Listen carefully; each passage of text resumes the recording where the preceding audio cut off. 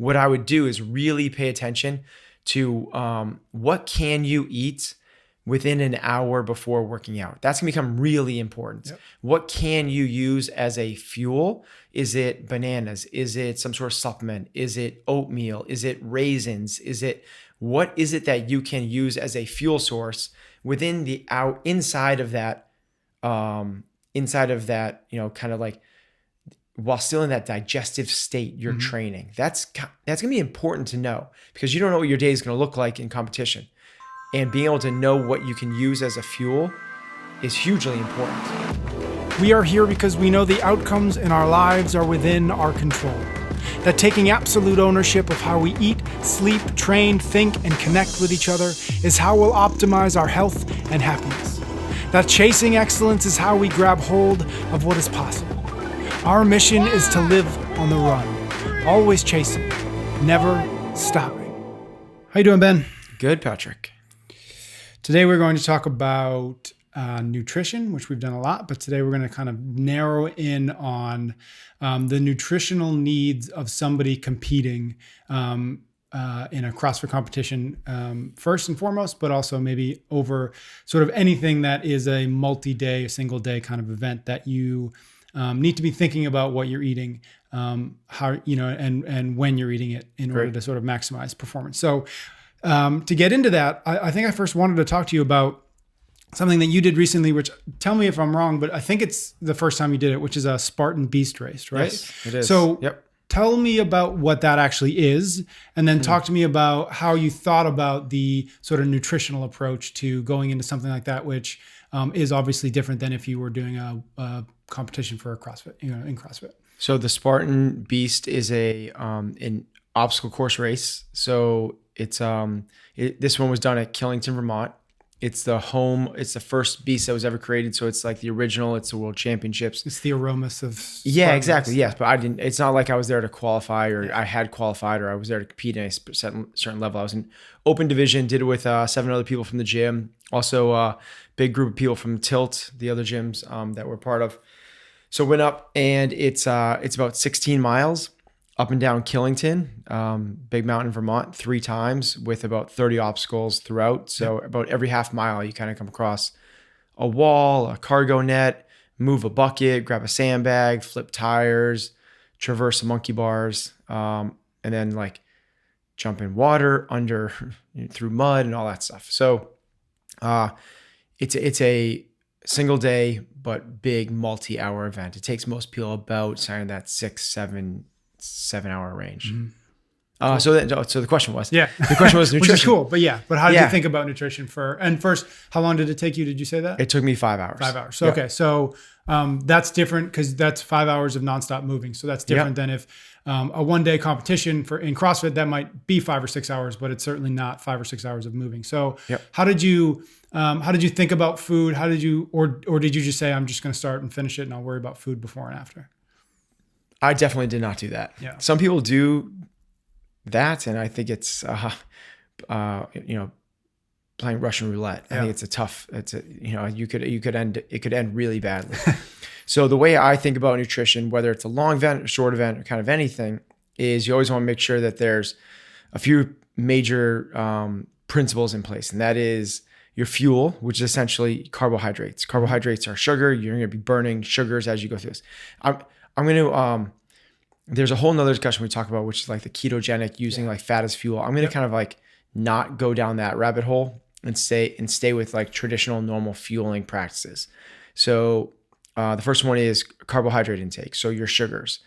The next one is your electrolytes, which is essentially salt. It's really the electrolyte that matters. I know there's magnesium and potassium, and there's other things that play into it, but really, 85% of it is your salt, your sodium chloride intake. And the third one is your hydration, just literally like replacing water. So high level type stuff is, before we get into specifics, is for carbohydrates, you should be looking to be having 40 to 60 grams of carbohydrates per hour. Okay. Now that's going to depend upon the intensity and veracity of the workload. It also depends on the athlete and the size and other things. But that's why there's the range, 40 to 60 grams of carbohydrates per hour of activity.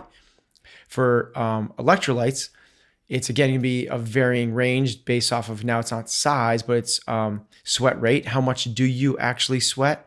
And then sweat concentration is like, what is the electrolyte loss inside of a ounce of sweat? And for that, you want to be looking to replace, well, it's kind of both two things. There's the electrolytes, and then there's the actual hydration, loss of water. For the electrolyte side of it, you're going to be looking to replace or take in about 800 to 1,300 milligrams of sodium chloride per hour. Okay, so now we have the carbohydrates, 40 to 60, sodium chloride, about 1,000, give or take. And then the last one is water, is hydration, is fluids. And for that, you're really looking to take in about 60 to 70% of that which you've lost. Okay. So if it's super hot and you're working really hard, so if it's if you're in Miami and it's 100% humidity and 95 degrees out, and you're doing Murph and you're working really hard with a weight vest, you're gonna lose in that hour. You may lose 4, 5, 6, depending on how big you are, 7 pounds of water. If this is a longer event, you need to replace that. Mm-hmm. Now, the big kind of caveat to this is if it's a shorter event, so this is, we asked about the Spartan. Yeah. This is really important. As you get outside of an hour, it becomes exponentially more important. If the event is like a sprint triathlon, which might take a minute, an hour 15, you're playing. You might not need to do anything in that. Some people might, but that's kind of like the threshold. If you're doing an event that's 15 minutes or under, like, you don't need to do anything. Mm-hmm. You can do it all before and all after, nothing intra competition, intra workout. So for this, where it's 5 hours, I need to pay attention to what I'm doing before. I need to pay attention to the intra. The intra is the most important, and then post as well. Yep. Post for a lot of people. So after is the free beer that they give you or something like that. But basically, the longer the event, and this being a 5, 6, 7 hour event, the carbohydrate, electrolytes, and hydration play a major role, and those are the kind of the factors I'm rolling with. Does it make sense, or is it worth going through and actually talking about how you fuel the actual carbs? Specifics? Yeah, like the actual. Sure. So might be interesting. Yeah. So the starting place, I use what I trained with for the so it's nice to kill all birds with one stone. Yeah. Right. So what can you get? Like, the other thing is, like, okay, so now everything, once you start with those principles, everything after that becomes kind of, I'm not going to say personalized, because there are some other principles. Like, you can get varying types of carbohydrates, varying types of sugars. Yep. So dextrin, sucralose, they're like different types of starches, like some that are quick burning, some that are slower burning. So there's caffeine, stuff like that. You can go down some more rabbit holes, but let's just kind of like talk about like what I did, and maybe it comes out in the wash. Is I used Killcliff Endure, which is their kind of like it's their version of a Gatorade. It's just that it has a much slower carbohydrate release than a blood sugar response than a Gatorade does, which is gonna be like 15, 20 minutes, it's gone. Huge energy spike, but then it's gone. You gotta replace it. Huge energy spike, but then it's gone. That's a really rough game to play for 5, 6 hours. Endure will stay with you for a lot longer. So that was the bulk of mine. It also has some sodium, some sodium chloride, some salt. So I got my electrolytes, and the carbohydrate out of one serving of it is about, so like a bottle will have about like 25-ish grams of carbs. So if I'm having one of those an hour, I have 25 grams. Then from there, I have other fuel sources, like Fuel for Fire was my primary. That was kind of like everything was built around those two. Yeah. Things that I've had before that I like, that are easy to carry with me. I did it in a Camelback. So filled up the Camelback with Endure. And basically what I did was try to get through a fair amount of the Endure every hour and a Fuel for Fire. And there's my 40, 60 grams of carbs. I would take a salt tablet every hour on the hour, which was about 500, 600 milligrams of salt. So I'm over halfway just from one salt tablet. And literally it was a salt tablet. So people are like, I got Noons, or I got all these things. And like, check out when you buy like an electrolyte replacement, flip it over and look at what the sodium, you can add the two together. What's the sodium? What's the chloride? Or it might just say salt. Like, what is the milligrams? And so Gatorade is a perfect example of this, like electrolyte replacement. I'm not going to look at the back of your Gatorade and look at the nutrition label and see how much sodium chloride, how much salt, how much electrolytes are actually in it. It's like 120 milligrams. Mm-hmm. You need 1,000. So you'd have to have 10 bottles of that to replace your electrolytes. Yet it's deemed as an electrolyte replacement. Gatorade is not an electrolyte replacement. That's a marketing thing. Mm-hmm. It's a carbohydrate replacement for sure. It's a sugar replacement for sure. If that's what you're looking for, which late in the race you might be, if you need something to go for the last half hour, might be a great source. But early in the race, certainly I would opt for other things. Mm-hmm. I also carried a banana with me. And I carried some like Cliff Block electrolytes as well. Those like little gummy things. Oh yeah, absolutely.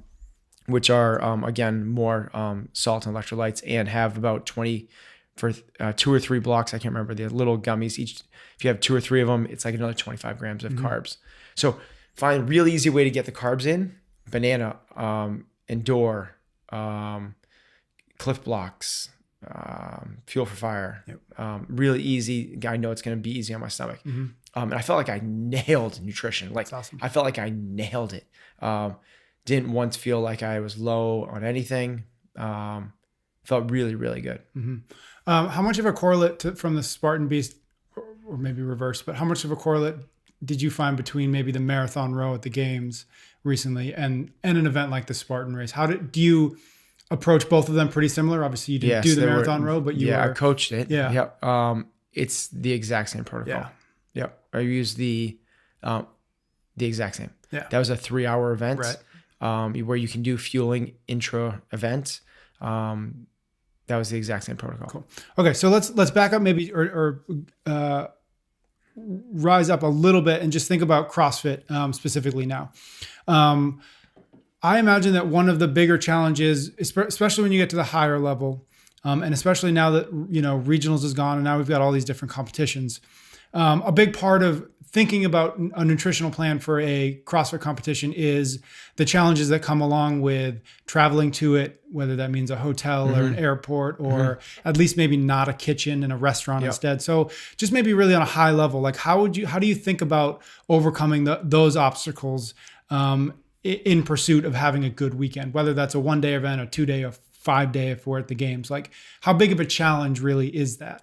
I think that the defining thing that will set you up in which direction we're going to take is, are you driving to the event or flying to the event? Okay. If you're driving to the event, get the biggest Yeti cooler you can possibly get, chock it full of all your normal stuff that you normally have, and you're good to go. Essentially, you bring your food, your refrigerator, your pantry, your supplements, your everything that you normally do with you. Mm-hmm. Now, if you're flying, different ball game. Yep. You're not going to be putting a Yeti cooler full of stuff. Maybe you are. I was going to say, somebody might. You might ship it. You know, who knows? In that case, the idea is get a hotel room with a fridge and a suite with a small little kitchen. I think that's always a real bonus. I always like that anyway, because you can stretch out and get more room. Yep. Get people like bodywork people to come in comfortably into your hotel room and not be in your bedroom. It's just like, I think that a suite is a nice place to go. And then the first thing we do when we usually arrive is, we fly in, and before we even go to the hotel room, we fly in and we drive to a Whole Foods and we stock up. It's, in terms of priorities, like if you don't get in your hotel room, it's not as important as if you don't get your food. You have to be nutritionally sound going into a competition. Mm-hmm. So it's really important for us to do that. It's always the first things we do when we go there. The first thing we're doing is making sure that we have stuff for game day. You have to get whatever it is for you, right? It's the bananas, it's the, it's the salt, pink Himalayan, not the iodized kind. It's, you're getting your carbohydrate sources, you're getting your hydration sources. It's really easy to travel with the supplements you usually do. So if you're somebody that uses a carbohydrate replacement or you use certain proteins, that's something you always pack with you. The third option is you get shipped. You have things shipped to you. Yep. A lot of either Amazon's the thing, right? It's like you can get anything delivered to your hotel. It'll arrive at the front desk for you. When we go to the CrossFit games, we're there for 10 or 11 days. Like it's an impossibility for us to bring all the food that we need there. We have stuff shipped frequently to the front desk, especially the days and potentially week leading up to the games. There's deliveries every 2 or 3 days. Right. How do you think, or how different is a single day event? Maybe it's a throwdown at at a gym near you that you can drive to, and a multi-day, whether that's 2, 3, up to whatever the games ends up being that year. How different are those two sort of events in thinking about how to plan for it nutritionally? I don't think there's any difference before, between. So in CrossFit, we're eating between events or post. The only difference is what you're doing after the last workout. Okay. So after the last workout. Last workout of the day? Last workout of the day, right. Last workout of each day. That's the difference. So the last workout of a one-day event is the competition's over. Yep. In that case, what a lot of people do is like, screw recovery. Let's go to, whatever it is, wherever, let's whatever go to. Those people do. Yes. Let's go get the ice cream sandwich cookie thing. And put it on pizza. Yes. And then stick a bagel around it. Whereas the last workout of a multi-day event is you're setting yourself up for the next morning. Yeah. So that meal is incredibly important.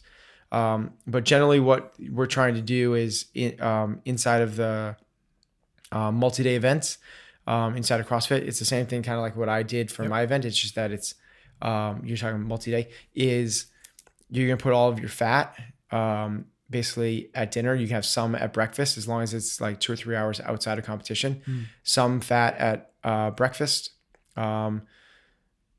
Basically breakfast becomes really balanced. It's a normal meal. Like you're going to have your normal eggs, you're going to have your normal fruit, you're going to have your normal whatever it looks like on guac, you're going to have on a normal training day. But that should be, you got kind of, depending on when your go time is, that might be earlier than normal. That's a normal, your oatmeal, that's your normal breakfast. Then becomes the foods that agree with me, that are going to get me my carbs, my hydration, and my electrolytes. That's throughout the day. We're going to pull the fat out, sprinkle in the protein where possible, mostly in the post-workout window, and then in a really easy source, no fat. So we're not going to have burgers and stuff like that. And then afterwards, we're going to try and make up the difference. So really, you're going to have a lot of calories, and that's where you'll put the fat in as well. And that's why, it's not, people look at they see Rich Froning and Ben Smith have pizzas every night at the games. And they don't care about the nutrition. It's not that they don't care. It's that that's not that bad of an option. Think about what we're trying to do. We're trying to get fat back in. So you have all the cheese. You're trying to get a lot of calories back in. Well, check. Pizza. And then you're trying to get in carbohydrates, like all the crust and the bread and the sauce and everything like that. And, it's not that bad of an option if it's something that you normally do. Because what you don't want to do is eat like Katrin does, perfectly sound all year long, and then first day of competition when you're done, have a pizza. Like the gastro distress that would cause is insanity. So it's not the worst option. It's really important to get those calories back in, but you got to choose it in something that's been consistent with what you've been doing right along. Why are you avoiding fat during the day, or why are you sort of bookending your day with a little bit of fat in the morning and then try to fat just slows things down. Okay. So it slows everything down. You're not going to be, again, excluding the world of ultra endurance people who the keto thing is a strong option. In ours, that we work out in a very high intensity environment, the keto is not a good option. So we don't want to be fueling off of fat. So what we want to do is we want to bring the fat down to not slow things down. We want things to get into the bloodstream and into the muscles as quickly as we can.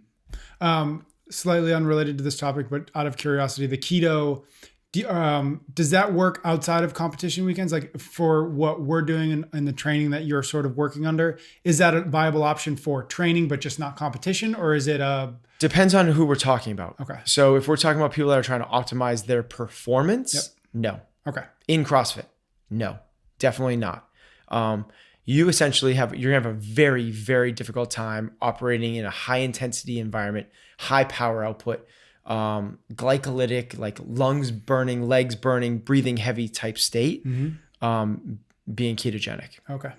The ketogenic is for long, slow, ultra runners. Gotcha.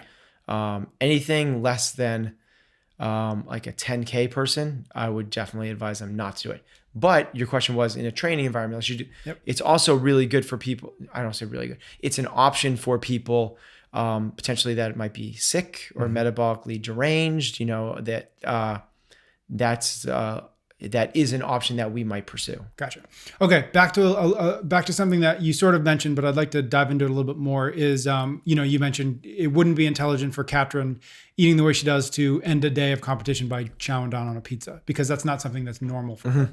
So going along that road a little bit, how much would you advise people sort of test or practice or know exactly sort of what their nutrition is going to look like over the course of a 2 or 3 day competition? Like, I imagine that sort of introducing anything new is not a good idea, but like how deep down that rabbit hole do you go? Do you do practice days where you say, okay, we're going to do a workout at 9 a.m. and then we're going to eat something at 11, and then how much practice goes into something like that? Okay, so for us in our world where we are professional athletes and coaches, we go down that road. We practice, and I'm not saying like, okay, now it's workout 1 at the games and we're going to eat and we're going to do this. And then at the end of this, we're going to do this, because we don't know what the schedule is going to be. So it'd be insane. It would be ridiculous to practice that. That'd be like saying we're practicing this because this is going to be workout number 1 and this is going to be workout.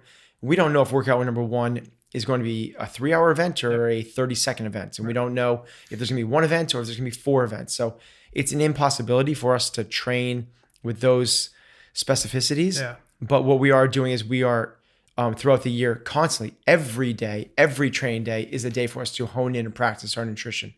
And we talk about it. We talk about like, this is what I want you to eat now between these events. And this is what I think we should be doing tomorrow and scheduling out the morning. And this is how we should be doing this post-workout. Okay, let's see if we can tweak this a little bit this way. If we're going to be doing a 90-minute break between this, let's try and fuel this way. If we're going to be doing a 3-hour break, let's see if we can fuel this way. And then we get to the games, we have these things that have worked for us. We don't know if it's working perfectly. No one knows if it's working perfectly. But we have these things that we know are not going to derail us. We know that for sure, that we've done before, and we'll work within those parameters, knowing that we don't know what the specifics are going to be. Right. So for somebody that's not in Katrin's world, that's not in the professional athlete realm, that wants to try and do this, it's a lot harder, right? To be able to, because every Friday, Saturday, Sunday is a multi-day training for Katrin. So we get to do this every single time. Right. Lots of practice. Yeah. Whereas the normal person that works 9 to 5, they're going in, they're training at the 6 a.m. class and or later on in the afternoon, and they do work in between. It's a normal thing. They don't get to kind of like play that game. What I would do is really pay attention to what can you eat within an hour before working out. That's gonna become really important. Yep. What can you use as a fuel? Is it bananas? Is it some sort of supplement? Is it oatmeal? Is it raisins? What is it that you can use as a fuel source within the inside of that, kind of like, while still in that digestive state, you're training. That's going to be important to know, because you don't know what your day is going to look like in competition. And being able to know what you can use as a fuel is hugely important. And I would hate to somebody be like, I never eat before I work out. I never eat before I work out. And then you get into this, you have a competition where you're working out 4 times every 2 hours. Well, in that case, guess what? Yeah. You don't get to eat, and you're not going to perform in those last 2 workouts. And when you're doing it, whether it's with Katrin and your other athletes, or sort of the other side of the spectrum where you don't have that sort of regularity, when you're tweaking and when you're trying to figure that out, what are you judging, or how are you judging? Like, okay, this worked, or okay, that didn't work so well. Is it simply like my energy is good and I can work out again, or is it like how do you know if like a tweak worked or if a tweak didn't work? Is it obvious, or is it? Yeah, great question. No, it's not obvious. Yeah. And no, we don't know. Like, we know if it's a bomb, right? We know if it's terrible. Yep. But other than that, it's just like, it's honing, it's playing. And we know we're trying to get to certain numbers. So we know how much workout numbers. So like you know what Katrin should do in this next. Like nutrition numbers. Gotcha. Okay. We know how much protein, carbs, fat, salt, and liquids she's supposed to be taking in every single day. So from that, it's like, okay, the easy thing to do is like push it all aside and be like, I'm just going to work out hungry. I'm not going to deal with it, and I'll get it all at dinner. Well, that's a approach. It's not the approach I think is optimal. So what we try to do is we try to get it into the day. So how can we do this in the day? And from there, we just take our best assumptions, best learned nutritional practices, and how do they play in? So, Katrin likes leafy greens. Well, leafy greens are not the best source between workouts. So like if we're going to pull those out, we're going to have to get those back in somewhere, because if we're doing a week-long competition, we want her to be able to have those type of things. Yep. But where do we slide those in, and where do we place in between? And that's where we're kind of the game we're playing. Like, we also kind of go with these, post-workout, you want to get something that's like a higher glycemic carb, right? Which means something that will spike your blood sugar. So it causes an insulin response. It's like, that's a good thing post-workout. Basically, you want to get the glycogen back in the muscles and the liver and everything else. To do that, you go with some food choices that other people would generally more avoid, right? You go towards things more like, like sugars. Like that's not a bad thing for someone like Katrin, who's, super, super lean already and is looking for the 1% of performance. Yep. If you're talking to somebody that's, 27% body fat and looking to get abs, that's not the approach I would take. I would first get them lean, get them super insulin sensitive by not giving them sugar after a workout. So it kind of depends on who that you're talking to. If we're talking to the elite athletes, we're going off of these certain premises that we want to remove fat. We want to go with higher glycemic and these, more like nutrient timing type stuff. Yeah. Well, that was going to be my next question. What nutrient timing is sort of a phrase I've heard. I don't know that I know what it means, but it might be what we've been talking about sort of thus far. Is that the case, or is there something more to it? No, that's basically what it is. It's like, so nutrients are, macronutrients are protein, carbs, and fats. Yep. Micronutrients are vitamins and minerals. Yep. So you're trying to get certain micro and macro nutrients into the body at certain times. And that's basically dictated for an athlete around the workout. So the workout is going to dictate kind of where the rest of the day goes. What are some mistakes that you've seen athletes at any level, really? Because I know you've done a lot, back in the day, certainly, but you've done a lot of competitions here at CFNE. Certainly seen a lot of higher level competitions as well. What are some mistakes that you've seen athletes do nutritionally that if they had fixed it or avoided that, they might have seen better results? So I think there's two sides to that. One is like, what's the nutrition that they do every single day? And that's like what we talk about all the time on this podcast. And then there's the kind of game day nutrition. Yeah. Like, what's the game day mistakes? The biggest ones. So first off, it's not this is kind of like big asterisk, this whole conversation. It's not as important for CrossFitters as it is for like an Ironman triathlete, what I used to do. Yeah, that's right. So, I mean, the saying was like, everyone's like, the triathlon is swim, bike, run, 3 events. Well, actually, it's 5. It's swim, bike, run, but then you have transitions in between. Those transitions matter. Some people can do transitions in 3 minutes. Other people take showers, literally take showers, and it's a 30-minute transition. Yep. So that's your 4th event. And the 5th event is your nutrition. And the mistakes people make there are catastrophic. When you're talking about 13-hour events, it's it's catastrophic to the point where really, really, really fit people don't get to finish. They bonk, they puke. Puking during an Ironman is of course, 50% of the field. That's an exaggeration, but everybody, it's not a weird thing at all. And it's not because CrossFitters, because they're working so hard, it's because their body has lost the ability to digest their food, and they get these distended bellies. You see these really ripped people with these big bellies, because their food isn't being digested. Now it's just it's you can hear it sloshing around. Yep. So they press the reset button and they make themselves puke, and they start over. Yep.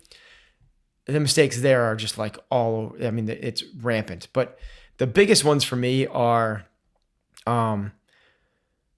it's the quality and the quantity play, right? So it is, are you getting the right numbers in, which we already talked about, 40 to 60 for carbs, 70% of lost body weight for hydration, and around 1,000 milligrams of salt. You got to be in that ballpark. Now, if you're on the low end, okay, you're on the low end. You eat less and you'd like to operate there. If you're on the high end, okay, but you got to be in the ballpark. Yep. And then from there, it's a matter of like reducing fat. So I see a lot of people doing fat. So people have like peanut butter sandwiches. I'm not against the sandwich. I'm against the peanut butter. Right. Like that's not the best choice during an event. Or they have these bars, and the bars, each bar has 18 grams of carbs and 13 grams of fat. Like that's not a good choice for in the workout. And it might taste delicious. I understand that, but it's not the right choice. So, and the third one would be people using things that they're not accustomed to doing before. Yep. Which, truth be told, I did. I never used Cliff Blocks. I did that as but that's a really common one too. I'd say the number one though is like people just like take it for granted, and then they get to like 4 or 5 hours into a event or 4 or 5 hours into a multi-event day like CrossFit, and they're like kind of lethargic, bummed, and now they're gonna make a bad decision. Now they're gonna go to the food truck that's for the fans and get a burger, because they're like wrecked and nothing tastes good to them anymore. Yeah.